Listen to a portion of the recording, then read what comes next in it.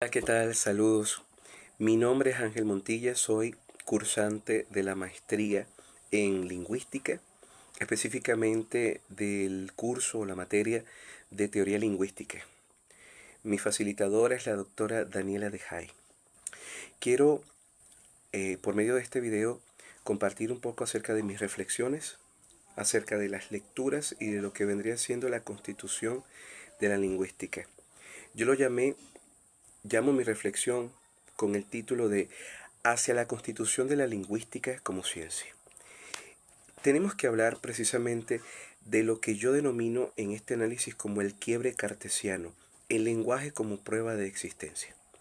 En el discurso del método de Descartes, él no busca hacer lingüística, sino establecer la distinción ontológica entre el hombre y el animal máquina, haciendo una referencia de que los seres humanos somos seres especiales, que tenemos una capacidad única, el lenguaje, que junto con la creatividad podemos resolver relaciones comunicativas.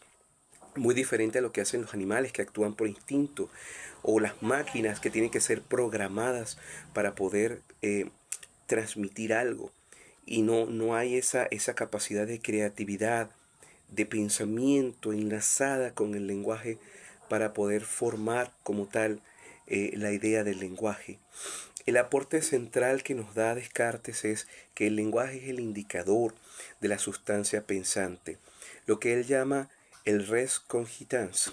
Para Descartes, la capacidad de componer y ordenar signos para expresar pensamientos nuevos es lo que hoy llamaríamos la productividad o creatividad del lenguaje, es lo que nos separa de los autómatas. Eso distingue a los seres humanos de los animales y lo distingue de los robots o de las máquinas, que nosotros tenemos la creatividad de poder tomar una palabra o de poder, dependiendo de la circunstancia, del contexto, crear una palabra, crear unas frases para poder referirnos a algo o a una situación en específico, cosa que no hacen los animales y cosa que no hacen las máquinas. Nosotros, la interacción con el mundo que nos rodea nos permite darle un sentido en sí, tenemos una experiencia propia de eso y le damos una idea, le damos un nombramiento para poder hacernos referir a eso. Otro aspecto que es bastante importante en medio de todo esto es que lo esencialmente humano no es la emisión de sonidos, sino la discrecionalidad y la adecuación. Eso lo decía Descartes en su método.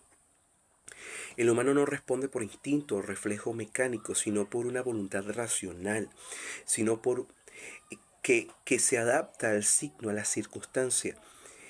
Eh, Aquí nace la idea, bueno, él es un antecedente de Saussure y precisamente Saussure toma la idea de Descartes de que el lenguaje tiene un componente psíquico fundamental. Saussure retoma esta idea del lenguaje, de la facultad del lenguaje, como algo inherente a la especie humana, aunque él se centrará en la lengua como sistema social.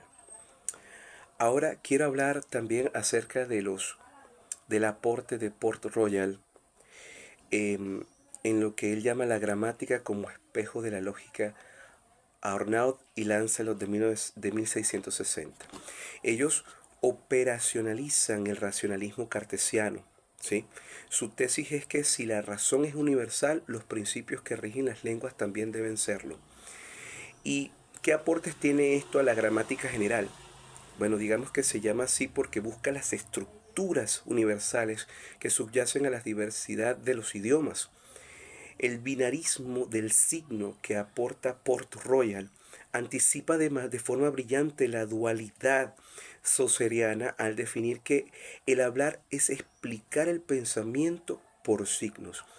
Y ciertamente tiene razón, cosa que no hacen los animales, cosa que no hacen los animales. Los animales simplemente se guían por instinto.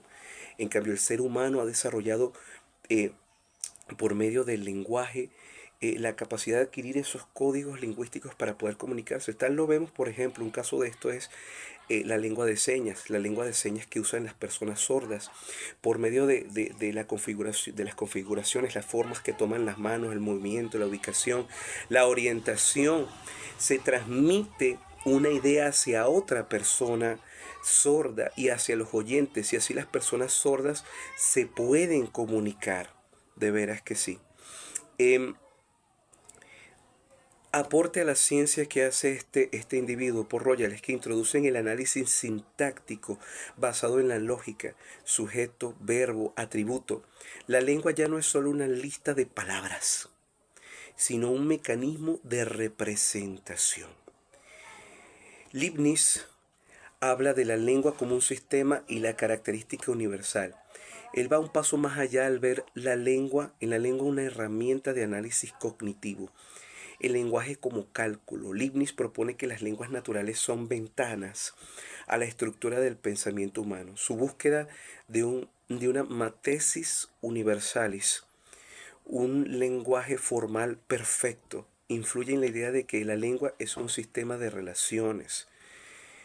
Verdaderamente le aporta lo que es etimología y cambio, de que se diferencia a los gramáticos estácticos. Leibniz se interesa por el origen y la evolución de las lenguas, preparando el terreno para la lingüística comparada del siglo XIX. Es algo más o menos como lo que hace Young en, en, en Estados Unidos cuando descifra el demótico. Él habla de que él coloca o nombra lo que nosotros conocimos hoy como la lengua indoeuropea, como la antigua lengua indoeuropea, porque él se basa en la idea de que tuvo que haber una lengua en común, una lengua en origen, de la cual todas las demás o todos los demás grupos de lenguas partieron. Aquí vemos que él confluye con Leibniz, ¿sí? Y bueno, gracias a los aportes de John Champollion, con sus conocimientos de cóptico, puede traducir la piedra de Rosetta, y gracias a eso hoy en día pues tenemos el desciframiento de jeroglíficos. Esto por acá como una nota esencial. Bueno, Wilhelm von Humboldt, él habla de la lengua como energía, actividad, ¿sí? O como energía, así está en latín. Este es un punto de inflexión crítico verdaderamente. ¿Por qué? Porque Humboldt rompe con la idea de que la lengua es un producto muerto, ¿sí? Él habla de la forma interna del lenguaje. Para Humboldt, la lengua no es solo un inventario de etiquetas para cosas, sino el órgano que forma el pensamiento. Cada lengua tiene una forma interna única que determina cómo percibimos la realidad, dando como importancia que es el puente entre el racionalismo, lo universal, y el romanticismo, lo particular. Él introduce la noción de que la lengua es un organismo vivo y social.